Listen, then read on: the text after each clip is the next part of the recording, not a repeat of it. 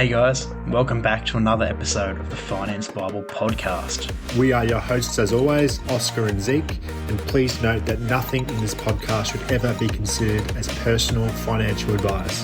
And if personal financial advice is what you are after, then please get in touch so that we can connect you with the correct professionals to make sure that the job is done correctly. Enjoy the show. Today, Zeke, we are talking about compound interest, what it is, what to avoid, what to look for, and basically to navigate through it. We spoke about this probably 12 to 18 months ago on, I think it was our second ever podcast episode. Correct me if I'm wrong, but we just thought we'd refresh it and talk about the new insights. But before we do that, Zeke, Movember is still underway. How is the Mo looking? The Mo is looking, nice and dirty. I've got a few compliments. I've got a few not compliments. Compliments. You mean insults? Yeah, not compliments. That is a dirty mustache, but not in a good way. And I've been like, oh, okay. A dirty Mo is definitely a compliment, but when they throw not in a good way on the end of it, it's not a compliment. Well, the good news is you have the month of November to kind of get away with it. As soon as December hits, you've got to kind of get rid of it. But I'm picking up from the airport next Tuesday, and I believe you still are planning to have that Mo on you, even though it's December. I will still be rocking the Mo for that initial interaction, just so that I think it'll be funny going through the airport with it. Like it's a dirty Mo. It's not pretty. But I love it. It's my favorite time of the year. You can get behind men's mental health and rock a good Mo while you do it. So why would you not? Yep, love it. All right, so moving on from the Mo, mentioned compound interest. What is? I'll do my definition in a moment. What is your definition? I think compound interest is, in simple terms, first of all, interest on interest. Like that is what compound interest is, right? You've got interest and there's more interest accumulating on that interest. Breaking it down a bit further, you have a principal amount, there's interest on that amount, and then as the years go by or the months go by, pending what it is, it builds up and compounds. It can be your best friend, it can be your worst enemy. I love it. What about you? You do love it. So exactly right. In simple terms, it is interest on interest. It's basically when interest on the sum of money continues to add to that amount. So, for example, if you are investing in shares over time, it's going to continue adding continually on the original amount that you've invested, which is a good outcome. But the other side of that equation, let's just use credit cards, for example. If you continue to make the minimum repayment each month, the sum of interest will continue to add up over time, which is a negative way. So you're spending more money, you owe more money, which can really push you down the cliff mentally, financially. And you've really got to make sure that compound interest is working for you and you're not the one getting basically ripped up because of the credit card situation. Getting ripped up. I like it. Getting ripped up like the credit cards should be as well, if not used appropriately. Something that really triggers me in today is in school, right? What did you learn about compound interest and how to use it and that kind of thing? Well, thinking back, I don't think we really did speak about it. Mainly we spoke about like trigonometry and algebra and all that. But in terms of compound interest, you might have had a couple lessons, but nothing really in depth of like everyday life for it. Did you guys, because obviously we went to different schools, did you learn anything about it or was it basically the exact same thing? We had a very minor topic on it, like not in depth. I think it was in relation to compound interest on a credit card or it might have been a car loan, one of the two, but it was kind of what we're doing depreciation on cars at the same time. I think you're 11 or you're 12. Yeah, true. But not much on it and definitely not in a positive light of how to use it for you. Here I am sitting here a couple of days ago. I'm rocking a gorgeous mustache, as you can imagine. I'm relaxing.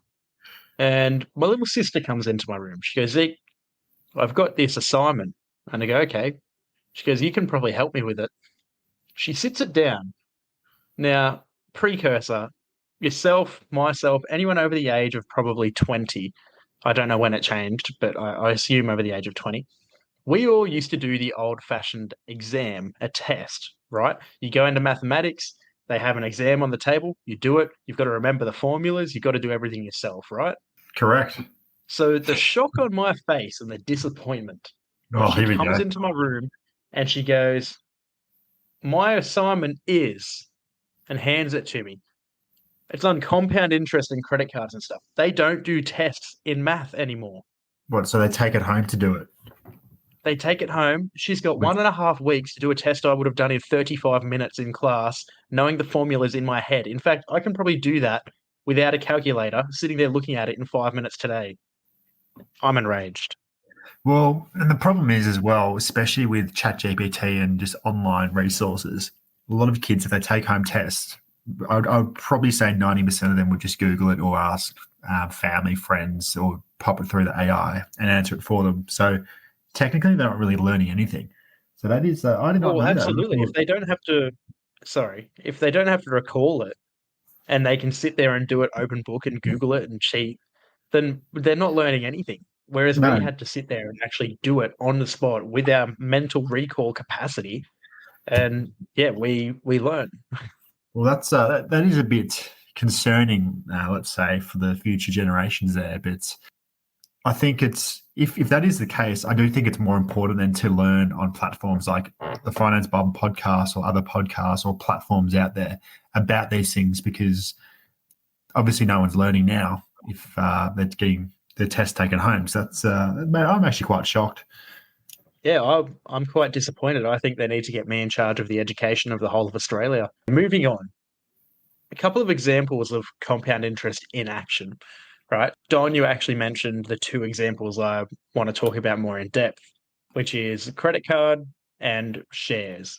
Or Yeah, as well as shares, you can talk about like interest in bank accounts or whatever. They all work exactly the same. Credit cards, breaking it down really simple for you guys. You first of all have your initial balance, right? So you've made a purchase. Let's say it was, you buy a specific little tickets to red Taylor dress Swift. online. Okay. It's either, yeah, it could be tickets to T Swizz. It could be a red dress for you to dress up in on a night Oh, out.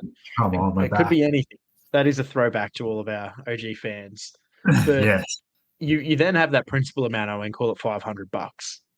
The interest rate on that might be 19% on a credit card or 21% in today's environment.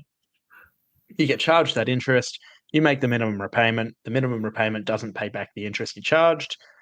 And then the next month that comes along, the interest is charged again and again and again and again and again. That's basically how it works on a credit card. Unless you're paying higher amounts than the minimum repayment, you're going to lose a lot of money long term. Anything to add to that, Mr. Don? No, that's spot on. I just think for anyone who is wanting to obtain a credit card, by all means, do it if you feel like you want one or need it. But just remember to, when I use mine, my mindset is I just use it instead of my debit card. So whatever amounts on my debit card, I literally just use my credit card for points to get up those Qantas points, which is always good, but then pay it back straight away to avoid this interest, because it does add up quickly.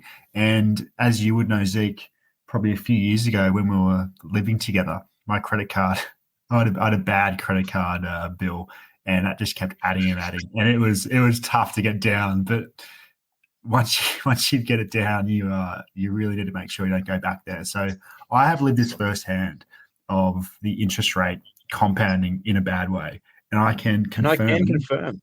And it is not good. You lose sleep overnight. You're thinking ways how you can pay this down, and it's just always in your head. So make sure you only spend what you can afford. But if you have the choice between a credit card and a debit card, choose a debit card. Moving on to the second example, which is shares or interest in a bank account. So with shares, it works basically, you own shares in the company, you've got a stake in it, you get paid dividends, the dividends reinvest, it compounds.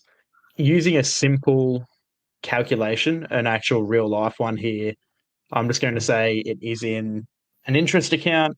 Okay, this interest account, we're going to say it pays 8% just for a bit of fun. Hmm. And you've invested 1K today.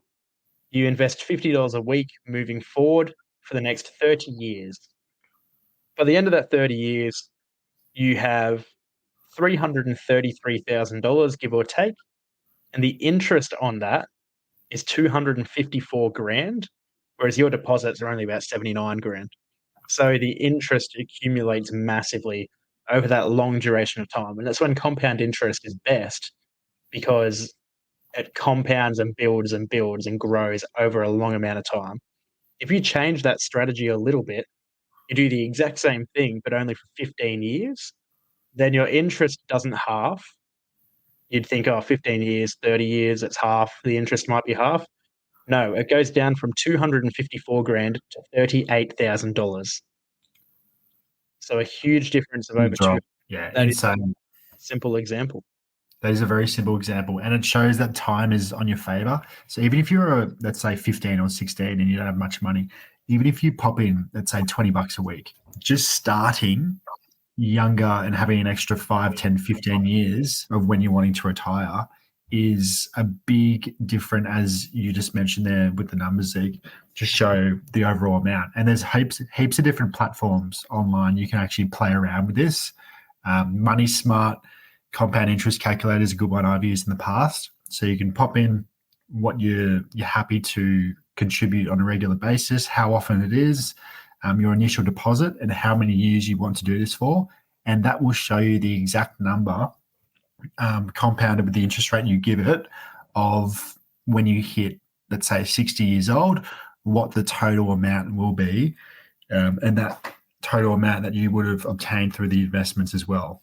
So there are a lot of good tools out there if you're trying to figure out, I want this amount in retirement through shares, what do I need to put in per week? So it's probably a good idea to start thinking about it as opposed to getting to 55 or even 50 and not starting it, because time is always on your side in investing like this. Yeah, compound interest, summing it up, it can be really, really bad in terms of the bad examples like a credit card, a car loan, a mortgage, stuff like that. In terms of investing, it can be really, really positive and you can manipulate that and use it to your advantage and really just get good growth with that. It's how I leveraged into my first investment property. It's how a lot of our clients are actively going ahead and building up the savings to then invest or buy their first home and that kind of thing. It's only a small commitment every week, consistently for a long amount of time, and it pays off. Aside from that, have a lovely day. Catch you next time.